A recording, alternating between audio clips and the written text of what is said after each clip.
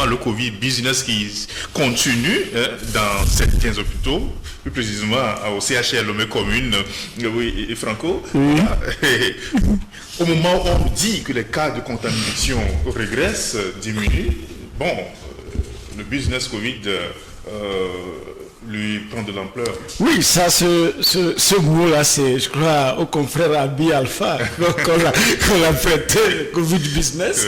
Oui. Et puis, vous savez, le Togo a ce vilain plaisir de brandir certaines contre-performances en performance. Et parce que quand nous prenons le CHR, Lomé Commune, ce que le CHR, Lomé Commune nous a fait perdre depuis qu'il a été réquisitionné pour gérer la Covid, c'est énorme, c'est inestimable. Je prends seulement en termes de personnes, d'hommes qui passent aux soins au CHR Lomé Commune. Quand vous prenez par an, il y a plus de 7000, voire 8000 patients qui passent dans ce centre par an. Et nous l'avons bien publié avec des rapports dans des chiffres, bien dans le Tampa Express numéro 21, qui est sur le site de www.tampaexpress.net. Donc vous allez imaginer que depuis 2020, que ce centre a été réquisitionné, bien sûr, pour prendre en charge les malades à coronavirus, mais c'est tout un business qui s'est fait autour. Et c'est pourquoi même les gens ne veulent pas abandonner le centre, parce qu'aujourd'hui, bien sûr, on nous parle de la reprise de la contamination, mais ça ne contamine pas plus que la tuberculose. C'est-à-dire que la Covid aujourd'hui, la Covid existait, le SARS-CoV-2 existait. C'est le même phénomène. Mais seulement c'est que ça a été amplifié en 2020 et avec tout ce qu'on a décompté comme des morts. Donc, quand vous prenez le CHR Lomé Commune, imaginez que au moment où on mettait les mesures, barrières et autres, mais le nouveau directeur, par exemple, du CHR et Lomé Commune, au nom du commandant Atafei, par exemple. Mais il venait d'être nommé directeur. Avant, le centre était dirigé, avec les Chinois, le centre était dirigé par, disons, un docteur, voilà, un directeur. Et maintenant, avec la Covid, on a nommé un homme venu de nulle part, un commandant, qui a en charge, disons, la direction du centre pour la Covid, parce qu'on dit qu'il est expert en infectiologie. Donc, et vous voyez que la première réaction de ce monsieur, c'est de casser le bureau, c'est-à-dire élargir le bureau, faire des travaux, des climatiseurs qui ont coûté beaucoup, frigidaire doté de son nouveau bureau, c'est-à-dire à la dimension d'un directeur, au moment où l'État cherchait l'argent pour choses. Vous avez vu une grande clôture qui a été faite comme parking devant le CHR Lomé Commune, alors que nos centres de santé ont besoin d'infrastructures. D'accord? Et quand vous allez en intérieur, au moment où la Covid, vous savez que les gens se payaient comme prime, par magnanimité du chef de l'État, 600 000 francs CFA. Après, il y a eu par mois pour la prise en charge. Ça avait commencé au CHR et au CHU Campus. Et après le CHU Campus, quelques mois, on est venu au CHU Tocoin, et au CHR Lomé Commune. Et au CHR Lomé Commune, vous savez, les médecins, professeurs, et quand ils viennent, vous savez, quand vous voyez tous ces médecins et professeurs qui déambulaient sur les médias, ils n'allaient pas aux malades. Ils viennent, c'est à la porte qu'ils s'enquèrent des nouvelles et ils repartent. Mais à la fin du mois, ils viennent, ils signent, ils ont 300 000. Les gens qui sont au front, ça décompte 150 000, et 100 000 et 50 000.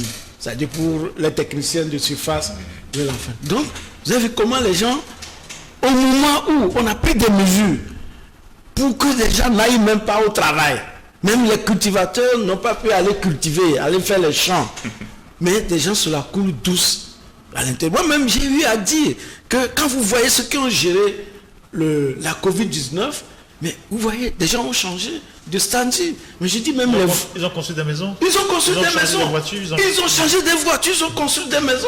Même on nous a confié, on a cherché à confirmer l'information que et même le chef de l'État même les a gratifiés. 3 fois 10 millions par chacun. C'est-à-dire les gens qui sont au comité de riposte. Et autres, vous imaginez au moment où on donne 15 000 pour 1 an ou 2 ans aux pauvres qui cotisent, hein, c'est eux, c'est pas leur impôt, c'est par la cherté de la vie qu'ils financent ces choses-là. Et voilà, on les paye et le peuple trime. Donc c'est tout cela que nous avons essayé de concocter et nous demandons qu'il est urgent, il urge de libérer le CHR, Lomé commune, au grand public. Parce que c'est très important. Aujourd'hui, le CHU Toko ne peut plus prendre en charge des gens. Quand les gens viennent, on dit on ne te dit pas qu'il n'y a pas de place, mais on te garde même le sol, où les gens se couchent, qui sont en hospitalisation.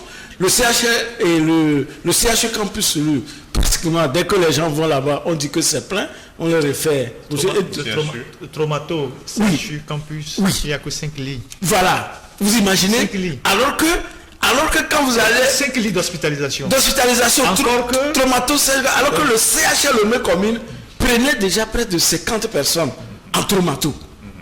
Et nous avons... C'est-à-dire que nous avons publié l'article est sur le site, on peut aller lire, d'accord. Nous avons publié avec des statistiques de 2017 à 2019 où le centre a été réquisitionné pour que les gens puissent voir l'importance de ce centre hospitalier, le CHR, c'est-à-dire que le CHU, l'hôpital chinois, ou CHR Lomé commune, ou Bon Secours, l'importance de cet hôpital dans la vie des Togolais, et que les gens prennent conscience rapidement. Parce que si c'était l'Allemagne, si c'était la République d'Allemagne, l'Allemagne allait demander que le centre, nous ne l'avons pas construit pour Covid-19, retourner le centre au public. Mais la Chine ne le fera pas, mais peut-être avec le temps la Chine risque de réagir parce que actuellement dans le parfois quand vous allez au CHR, quand vous demandez, il n'y a aucun malade de Covid qui est au centre. Donc c'est sporadiquement les gens crient, il y a Covid caca et puis c'est fini, c'est qu'ils doivent exister. C'est-à-dire qu'ils doivent exister, c'est un business, ils doivent maintenir la peur. Pour exister. Heureusement, nous avons vu, on dit qu'à Kara, on est en train de construire un centre d'infectiologie. À Kara, nous l'avons vu sur les réseaux sociaux. Si c'est là-bas qu'on va vider les gens pour aller. Mais en attendant, il y a des sites comme la foire Togo 2000. D'accord? La foire Togo 2000, on l'avait annoncé. La foire va travailler cette année. Ok. Pas seulement là, il y a les centres médico-sociaux des quartiers. Parce que pour un centre qui n'a que, comment on va appeler, peut-être 5 patients en passant, on doit libérer ça au grand public parce que c'est très important. Ils avaient des machines pour soigner toute maladie, ophtalmologie, et pédiatrie, et gynécologie, comment vous l'appelez, bloc opératoire. Et les Chinois ici à côté avaient une médecine chinoise qui soutenait les gens. Et voilà, tout ce monde-là est éparpillé parce que des gens veulent profiter de la Covid. Franco, avant que je ne rebondisse même sur les histoires de Covid là, vous voyez, quand on dit au Togo que nous avons des dirigeants qui n'ont pas d'ambition, non seulement ils n'ont pas d'ambition, ils n'ont pas aussi de vision. Ils gèrent le pays au cas par cas. Comme on gère une épicerie de quartier, on ne pense pas à l'avenir, on ne veut pas faire les choses en grand. Vous voyez ce qu'ils appellent les CMS dans nos quartiers là. C'est ça, c'est comme ça, c'est médico-social. Comment se fait-il que... Parce que si ces CMS prennent de l'importance, cela va soulager les CHU et les CHR. Je m'explique. Quand vous allez dans ces CMS là, on construit un bâtiment à la limite bizarre, il n'y a pas véritablement d'architecture, on fait les choses de façon bizarre, on construit là où il y a un peu d'espace, on construit un appartement au milieu, les gens viennent s'asseoir là-bas, ils rigolent, alors que vous avez tout un espace qui est perdu. Prenez le CMS d'Agido Gomé, qui est sur un espace très grand. On a même pris une partie aujourd'hui qui est collée à la station d'essence Total pour faire l'état civil. Ce CMS-là, un dirigeant conscient, visionnaire, il demande à ce qu'on rase ce truc-là qui ressemble à une porcherie. On met les moyens, on monte un bâtiment. Les Allemands sont venus au Togo, ils ont créé la première polyclinique là, en face de la sûreté là. Oui. Vous avez vu l'architecture qui est là-bas? Vous imaginez là-haut? En face de la sûreté là. Oui. La première polyclinique que les Allemands ont construite. Vous avez vu l'architecture? À l'époque, il y a plus de 100 ans, il y a eu cette architecture là. Quand Lomé n'était pas encore peuplé. Comment se fait-il qu'aujourd'hui, dans les quartiers, on ne peut pas débloquer cette année dans le budget de l'État 3 milliards, 4 milliards pour construire un CMS à Djouma Sissé. L'année prochaine, on construit un CMS à Tidjolé. L'année qui suit, on construit un CMS à Dakpame. Dans 5 ans, on va ceinturer la ville de Lomé de structures modernes. Hein? Ça dit que nous avons des architectes, on a des gens, c'est ici qu'on forme les architectes. Ouais. On demande aux gens de leur sortir un plan futuriste. Voilà. On construit des trucs, on prend des bâtiments en hauteur, on met des ascenseurs. Pourquoi les cliniques privées arrivent à mettre des ascenseurs dans leur tout ça? Voilà. Et l'État est incapable. Et l'État est incapable de construire quelque chose de propre, de mettre ascenseur pour que les malades soient à l'aise. Alors, vous construisez ces CMS modernes, au bout de quelques années, vous soulagez les CHU. Ouais. Parce que ces CMS ne vont pas occuper un espace grand, mais c'est des hôpitaux c'est-à-dire vous aurez tout. Vous pouvez avoir scanner. Je donne un exemple. Biassa n'a pas de scanner. Saint-Joseph n'a pas de scanner. Oui. Quel espace ils occupent? Voilà. C'est des espaces qui ne sont même pas grands comme les CMS. Biassa, Saint-Joseph, c'est des privés. Oui, vous avez vu le CMS de Djouma Sissé? C'est un espace très grand. Oui. Vous avez vu, il y a un CMS qui est caché dans... bon si mais les rails autour des rails là. Un espace très grand. Vous avez vu le CMS de Tidjolé derrière le commissariat? C'est grand. Espace. Vous avez celui d'Agido Gomé. C'est des espaces qu'il faut reprendre, sortir des bâtiments de terre. S'il faut même des souterrains et monter des bâtiments. Un État moderne réfléchit comme ça. En Afrique du Sud, à Johannesburg, vous avez de ces centres hôpitaux qui sont dans tous les quartiers, qui sont des trucs modernes, d'une architecture incroyable, où on prend toutes les maladies en charge. On prend toutes les maladies en charge. Plus vous avez des CMS comme ça équipés, avec toutes les spécialités, plus vous occupez les médecins. Parce que tous les médecins ne vont pas se regrouper, c'est pas au CHU ou au CHR. Le médecin sait que si son bureau c'est dans un CMS, il a tout pour travailler. S'il est ophtalmologue, s'il est chirurgien dentiste, s'il est ceci, il sait qu'il n'est pas au CHU et après il est ici. Ici c'est son travail, il a tout pour travailler. Donc, on a un ministre de la Santé qui était médecin, ou bien qui est toujours médecin. et qui est... Est-ce que vous connaissez son bloc? Je ne sais pas. Non, si vous connaissez son bloc de rhumato au CHU Tokoé, même pendant qu'il est ministre, il n'a pas été en mesure de réhabiliter ça. C'est une porcherie. C'est une porcherie. Voilà. Et puis même si vous savez, c'est un privé, c'est le docteur Kodom qui avait équipé. Vous imaginez une association qui vient et le ministre de la Santé qui est sorti du domaine, qui est du domaine et qui est cumulable. Parce que depuis des années, il est à la fois ministre, il est chef de service, il est directeur du centre. Comment on appelle? C'est pas les SAIFAM. Oui, c'est les SAIFAM. Voilà. Lui seul, il a 3 postes. Le centre de formation. Voilà. Il a 3 postes au gouvernement depuis. Et donc, il a 3 bureaux. Le matin, il est ici. 16h, il est ici. 18h, il est dans un autre bureau. Pendant ce temps, il y a des gens qui chôment. Et donc, celui-là, il est au poste depuis 8 ans presque. Ou bien, je ne sais pas, 6 ans, 7 ans.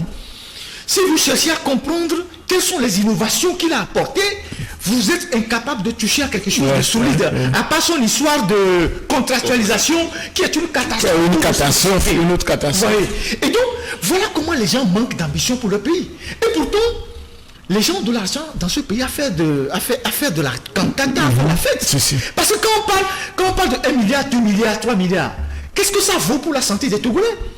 Pourquoi on a autant d'argent pour les futurités? On a autant d'argent pour des inutilités. On a autant de lignes budgétaires pour des inutilités, alors que le peuple souffre. Il n'y a pas de... Nicolas, lorsqu'on dit quelque chose, les gens pensent qu'il est utopique. Nicolas, lorsqu'on dit, je prends chaque préfecture, le Togo en a combien? Chaque année, sur le budget de l'État, je dégage 20 milliards pour chaque préfecture. Durant certaines années, au moins, on sait que dans chaque préfecture, on peut faire une rue. Si on prend par exemple 1 milliard, on peut faire une rue. Cette année, l'année qui arrive, encore 1 milliard, on fait une rue. Voyez-vous? Donc, au bout de 2-3 ans, dans chaque préfecture, il y aura au moins une rue pavée, une rue goudronnée qui va améliorer le quotidien des gens. Mais ici, là, on ne vous dit pratiquement rien. Il y a des gens, il y a des localités au Togo qui n'ont jamais connu d'électricité. Où les gens naissent, ils meurent sans avoir connu la lumière. Il y a des gens au Togo qui n'ont jamais bu de l'eau potable. De leur naissance jusqu'à leur mort. Il y a des gens au Togo, on n'a jamais aménagé une rue pour arriver dans leur localité. Mais comment est-ce possible pour un pays qui est si petit, qui est indépendant depuis 60 ans, et qu'on n'est pas capable d'administrer de manière efficiente? Alors que les individus sont immenses. Alors que les individus sont plus riches que l'État. Et qu'ils enterrent même l'argent dans leur maison. Vous voyez ça? Et donc, voilà la situation catastrophique dans laquelle nous sommes. Donc, quand Franco parle de centres de santé, d'hôpital, quand vous enlevez toutes les structures privées, les structures des confessions religieuses qui ont créé des centres de santé, des hôpitaux même partout, vous voyez ce qui reste à l'État, c'est pratiquement rien. Non, regardez, si nous enlevons Afanya, nous enlevons Tikor, Agouniogbo, Dacha qui est fermé. Dacha c'est rouvert, on prend Dacha, il y a un hôpital américain à Mango. On a écrit, comme vient de faire. Voilà. Il y a un hôpital allemand qui vient d'être créé par un compatriote qui a vécu en Allemagne, d'Apaon, avant Saint-Cassé. Voilà. Quand on enlève ça, c'est fini. Qu'est-ce que l'État togolais a ajouté en dehors des CMS là? Qu'est-ce que l'État togolais a ajouté en dehors du CHU et Tokoin? On a hérité de la colonisation. Voilà, héritage de la colonisation. CHU Campus qui est débordé partout. Quand vous voyez l'insalubrité, c'est énorme. Le CHL Lomé commune, on a pris ça pour la Covid. Il y a le Saint-Pélégrin qui arrive. Le Saint-Pélégrin. Moi, au moment où je rédigeais cet article, je me suis entretenu avec un professeur, un médecin, haut classé, proche du pouvoir. Et quand je lui dis, Saint-Pélégrin dit que, petit frère, Saint-Pélégrin ne peut rien apporter de significatif aux soins au Togo. Le CHL Lomé commune là, il faut que l'État ouvre ça d'abord. C'est-à-dire reprenne le CHL Lomé commune pour au moins suppléer nos centres, surtout le CHU Campus. Quand aujourd'hui on prend un blessé ou un accidenté, on ne va même plus au CHU Campus, c'est directement au CHU Tokoin. Et c'est là on va aller déposer dans les décombres parce que là-bas aussi il y a des travaux, on ne sait pas comment ça se passe. Regarde un peu le CHU Tokoin. Il y a eu un financement, je pense, de la Banque mondiale, il y a des années déjà, 20 ans déjà, pour construire un grand immeuble. Celui qui est juste derrière là, qui est juste le quartier... l'immeuble abandonné là. L'immeuble abandonné dans les arbres là. Personne, aucun ministre, aucune autorité ne se pose la question de savoir qu'est-ce qu'on fait de cet immeuble-là, qui occupe un espace gratuitement et qui est devenu le repère des chauves-souris, des serpents, des drogués. Vous savez qu'il y a des drogués? Non, nous avons la drogue là-bas. Nous avons fait 2 ans. C'était au temps du ministre Agbitra qu'on construisait ce bâtiment. Et les gens ont détourné l'argent de ce bâtiment. Aujourd'hui, la structure même est déjà affaiblie parce que pendant des années, plus de 20 ans, on n'a pas aménagé ça. Les fers, tout ça, se sont affaiblis. Il faut raser ça. Mais personne ne prend la responsabilité de récupérer cet espace-là pour implanter un nouvel immeuble pour pouvoir délocaliser certains services et les aménager. Ferdinand, nous avons fait Tampa Express en 2020 je crois, en 2022, a fait 2 articles sur cet immeuble-là. D'accord? Parce que j'ai eu un patient qui était resté en hospitalisation. C'est le repère, sinon c'est le refuge des drogués. On fume la drogue là. Ils se promènent, ils volent les gens. Quand ils courent, c'est là-bas qu'ils rentrent. Personne ne peut les poursuivre. Les gens qui volent au CHU. Est-ce que on vous a voyez? fait un dossier dessus. Les gens qui, vous savez, qui dépouillent les accompagnants des malades. Si. La semaine dernière, on a volé quelqu'un de 2 millions là-bas. Voilà. On dépouille les gens. Quand ils dépouillent les gens, c'est là-bas qu'ils vont. Qu'ils vont. Et personne ne peut les suivre. Personne ne peut les suivre. Et pourtant, le CHU est dirigé par un militaire. Et notre second dossier, on avait tenté, on voulait échanger avec le directeur du CHU, mais il n'a pas pu nous recevoir jusqu'à ce, mais quand même nous l'avons sorti. Mais en leur demandant de s'inspirer au moins de la copule de l'université de Lomé. Au moins qu'il y ait une force dynamique qui arrive quand même à faire quelque chose. Oui, à protéger les gens. Ils peuvent souscrire, le CHU étant autonome, ils peuvent souscrire à un service de gardiennage auprès d'une agence. Ils protéger les malades. Ils ont un truc de gardiennage. Je ne sais pas, même ils ont un nom là, mais je ne sais pas à qui ça appartient. À un des leurs. Voilà. Vous savez, si nous avons ressuscité, je peux dire ressuscité, cet article sur les grandes malédictions de la ville de Dacha, à l'hôpital Saint-Joseph de Dacha fermé 15 ans après l'usine textile de Dacha, c'est par rapport à l'accident de Wahala. Il fallait évacuer les blessés. Cet article, nous l'avons écrit en 2015.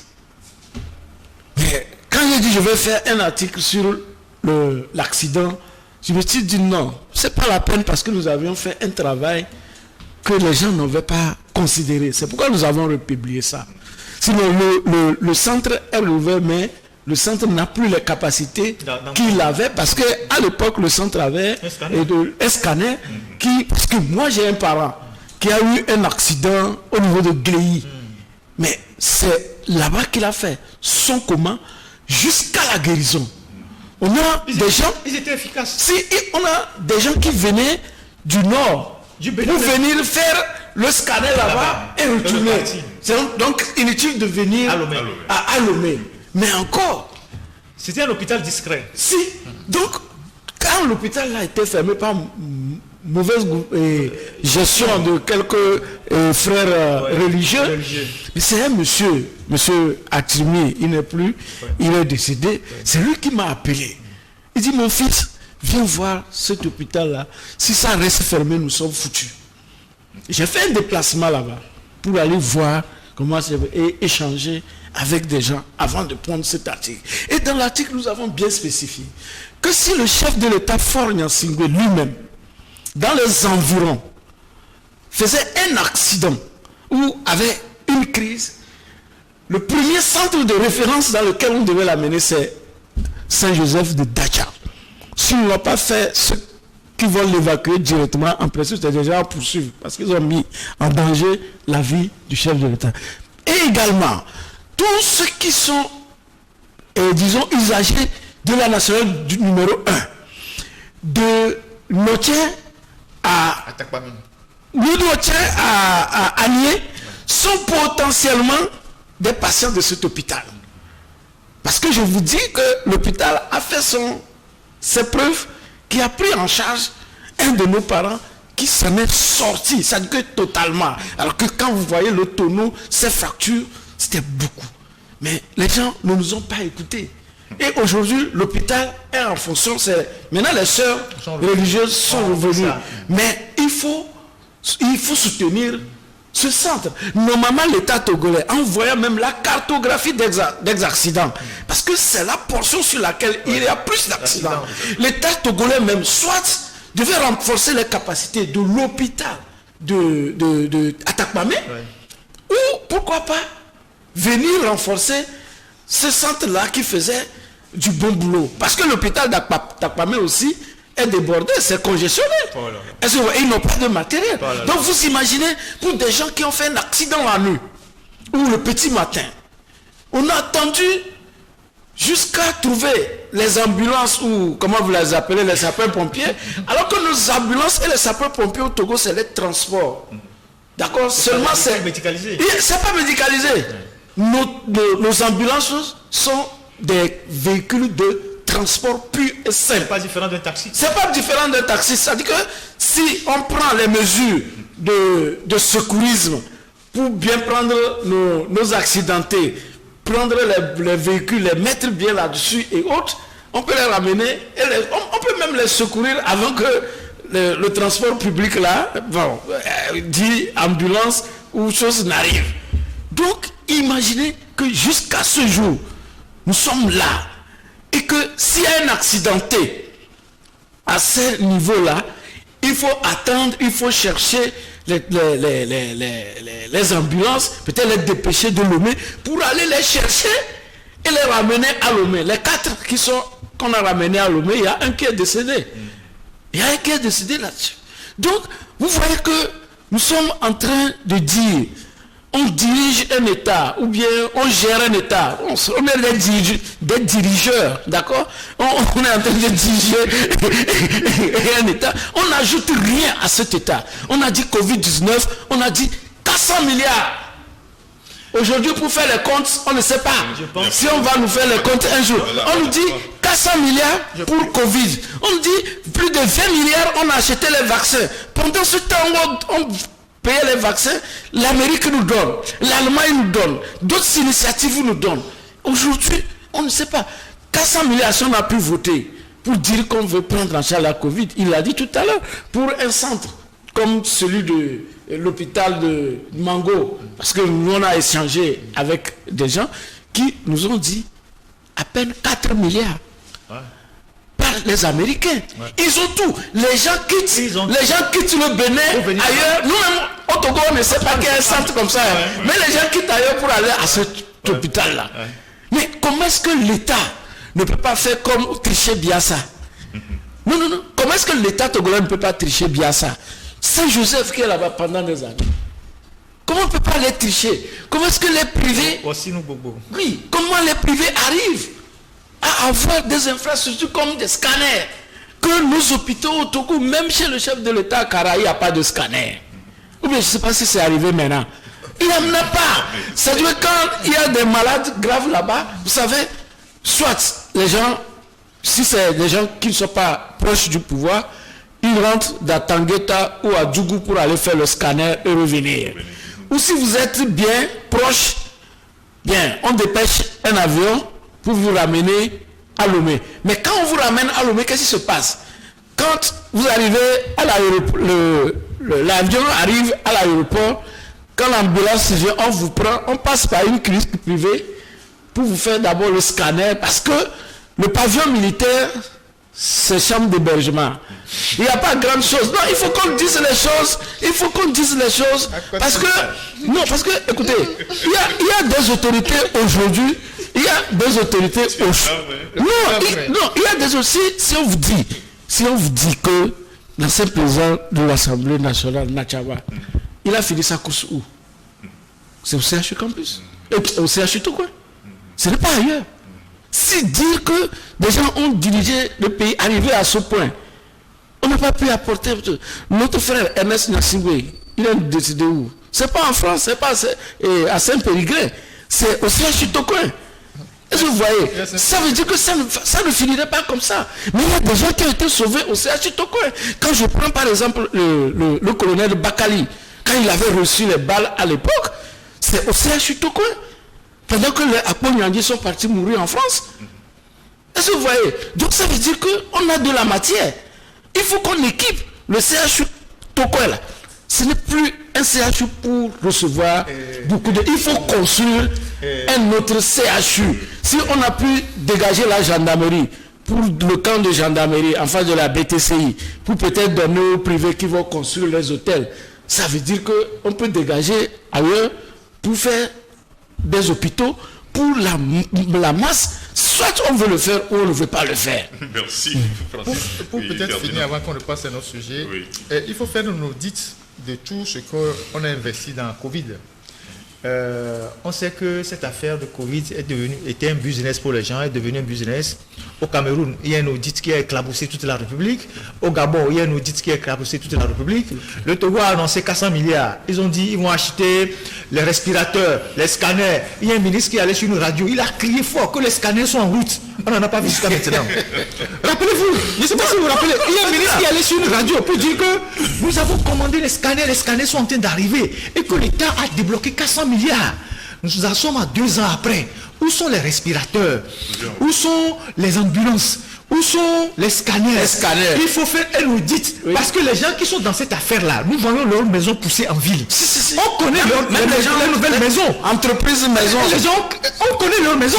On a vu les gens qui sont allés à Sika acheter de nouvelles voitures. Donc, il faut faire un audit parce que c'est l'argent du contribuable. Et pendant toute cette période de Covid, on a immobilisé tout un pays. Les gens n'avaient plus rien. Mais si certains ont fait les poches pour s'enrichir, il faut qu'on situe les responsabilités. Maintenant, il y a une escroquerie qui continue à l'aéroport.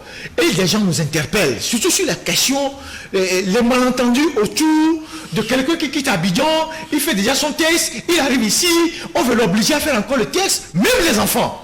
Les gens nous interpellent tous les jours. On a des plaintes tous les jours de tracasseries, surtout à l'aéroport de Lomé. Vous quittez Abidjan, vous allez faire un test à l'Institut d'hygiène, vous êtes déjà vacciné, vous arrivez à Lomé pour visiter un ami, un parent, on vous oblige à refaire un test à l'aéroport. Je ne sais pas. Il y a des gens, il y a des pays qui ont commencé par lever les questions de tests, de tout ça, parce que bon... Même en Afrique du Sud, les gens sont morts par boulet. Le taux de létalité a tellement baissé que les gens ont classé la Covid dans la grippe ordinaire. Oui. Et donc, je ne sais pas pourquoi... C'est une maladie communautaire. Il y a des gens qui continuent dans ce pays de faire peur. Parce que j'écoutais aujourd'hui en disant, oui, ça continue pas à monter. Non, il faut machin. C'est l'autre business qui veut monter. Il faut qu'on arrête cette histoire-là. Même ils ont quitté. Non, ils ne sont plus dans les médias. Moi, j'ai vu les gens qui parlent de Covid, qu'on a délégué pour Covid. À un moment donné, vous sentez qu'ils ont honte de venir parler de Covid. À un moment donné, ils ont honte d'aller parler encore de Covid. Parce que le mal là, c'est déjà ancré, c'est devenu une maladie communautaire, tout comme toute grippe. Je vous dis que vous vous asseyez à côté de quelqu'un qui a la tuberculose, les minutes qui suivent, vous pouvez prendre ça. Quand vous prenez les morts, au moins avec la Covid, ils ont fait une comptabilité mondiale, même les morts. Mais on a le cancer qui tue les gens tous les jours. Le cancer, c'est plus de 7000 personnes par an au Togo. Déclarez ça. Ouais. Mais il y a les autres maladies, la tuberculose, le palu. Il y a la faim qui tue les gens. Il y a la faim. C'est par là qu'il fallait commencer. Il fallait commencer là-bas.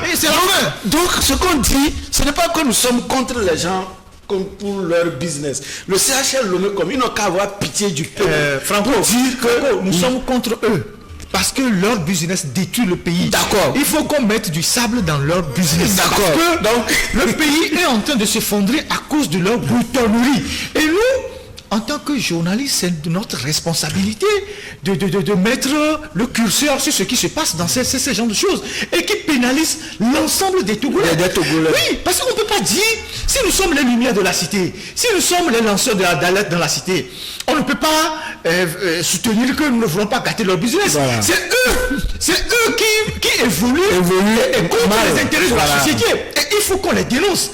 Donc cette histoire de Covid-là, et de tout ce qu'on essaye de faire tous les jours pour alarmer les gens, il faut arrêter ça. Les escroqueries à l'aéroport de Lomé, parce qu'il y a des gens qui sont arrivés récemment, il y a eu des accrochages, certains qui ont été dus, on les a laissés passer, ceux qui n'étaient pas dus, qui ont présenté un visage ça pensé à payer. Ça perd du temps au Togolais. Vous faites 45 minutes, 1 heure de temps, soit de Abidjan Lomé ou de Ouaga Lomé. C'est peu. Vous faites 2 heures, 3 heures à l'aéroport. Et puis, vous voyez, parfois c'est méchant. Vous voyez nos frères des agents de force de l'ordre qui sont là-bas. Vous arrivez pour, on dit on va vous taper le truc de Covid dans l'appareil, tout ça là. Mais si l'appareil ne marche pas, ils ont la possibilité d'inscrire votre nom et le numéro de téléphone et on le tape, vous aurez le lien. Mais ils vont vous garder parce qu'ils attendent que vous donniez quelque chose. Est-ce que vous voyez? Mais c'est méchant. C'est-à-dire que les gens ont transformé l'administration. Ou soit eux-mêmes ils disent, et ils vous font croire que l'appareil ne marche pas. Voilà. De manière à vous perdre le temps pour que vous leur donnez quelque chose. Donc, c'est méchant. Ils ont pris l'administration en otage. Un jour, moi, avec cette affaire de Covid, un jour, c'était à la frontière de Ila-Kondi. Moi, j'étais avec des étrangers que j'ai amenés au Bénin, à Cotonou, on revenait. Ah non, c'est chez le Béninois, on a payé 6 000, ils nous ont donné reçu 6 000. Au Bénin, on a payé 10 000, c'est 5 000, 5 000. Au Togo, 5 000, 5 000 sans reçu. On est allé, on est revenu. Pour rentrer dans notre pays, on nous demande encore 5 000, 5 000. Et on s'est querellé. En fait des comptes, c'est le Burkinabé qui a quitté, qui est allé, qui est parti négocier, même jusqu'à... Après que j'ai su qu'il a donné même jusqu'à 20 000. Vous imaginez. Quand on a pris la route, il dit, mon frère Napo, il faut aller doucement. Quand les fonctionnaires, les gens qui sont dignes, par leur tenue que nous respectons, ont choisi de vivre de l'aumône, qu'est-ce que vous pouvez faire? Vous ne pouvez rien. Voilà. Et c'est après qu'il m'a dit qu'il a donné, que lui a eu pitié, il a donné 20 000, que d'aller doucement. Quand je me suis dit, comment est-ce que moi je peux afficher devant vous en tant qu'étranger que chez moi au pays, pour passer, il faut donner l'argent. On l'avait donné en allant. Au moins en revenant dans la même journée de grâce, nous sommes revenus du Bénin, revenus de Cotonou, arrivés à la frontière, c'est le reçu des 6 000. Et vous en avez pour un mois. Le laissez passer. Si vous voulez retourner à moins d'un mois, c'est le même reçu que vous prenez. Et comment est-ce que le Togo et l'autorité, on en a crié, les raquettes, le racket à la chose, comment l'appelle-t-on, sur les routes, on en a crié. Mais apparemment, c'est comme ça profite. Le ministre a dit qu'ils n'ont qu'à diminuer les brochettes un peu, mais... c'est comme ça profite tellement aux gens qu'on a laissé continuer. Donc, voilà où nous en sommes, où nous avons titré que ces médecins officiers des FAT, que des bitosman au cœur du système de santé. Ça, c'est l'acte 1, parce qu'il y aura l'acte 2, voire 3 en allant, parce que c'est au Togo, nous n'avons pas d'hôpital militaire. C'est extrêmement grave que les militaires se substituent aux civils. Ils prennent tous les postes. Ils prennent tous les postes. C'est très important. On avait déjà fait un dossier. Oui, on va te filer ça. Oui. On avait les statistiques. L'année dernière, on va chercher le PDF, on te donne. Ils sont chefs de tous les services. Il ne reste que quelques services que les échappent. Et c'est au détriment des civils. Ouais. Imaginez, lorsque vous êtes à l'école, ça dit on en parlera. À l'école. Ok, d'accord. Business, Covid business, on a fini là toujours pas d'en parler. Nous allons marquer une pause avant d'aborder le dernier sujet tout à l'heure.